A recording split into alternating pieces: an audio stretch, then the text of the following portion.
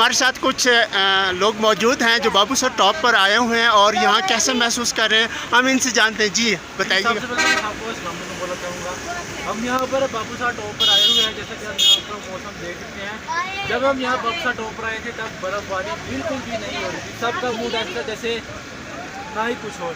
जैसे ही बर्फबारी शुरू हुई सबके चेहरों पे रौनकें लगी। सब कहते हमने अल्लाह की कुदरत देख ली है। ये आप देख सकते हैं अभी बर्फबारी हो रही है इस साइड में। आपने हाथ पे ग्लव्स पहने हुए हैं। ये ग्लव्स मैं हाथ से मैंने जब बर्फ खाई उसकी वजह से मुझे आज स्पेशल मेरे 750 ग्लव्स लेने पड़े हैं।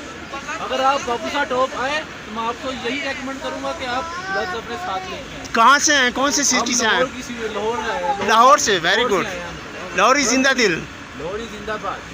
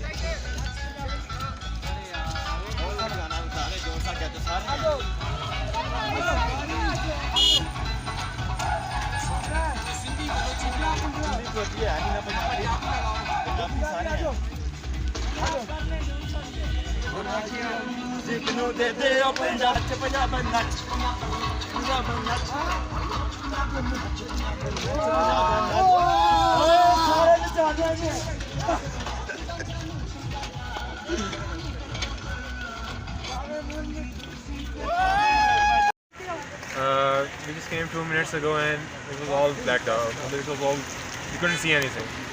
All of a sudden now we can see everything. Are you feeling too much cold? Yeah, I can't feel my ears and my nose. I mean literally I had to wear the jacket where I wore and I'm still freezing.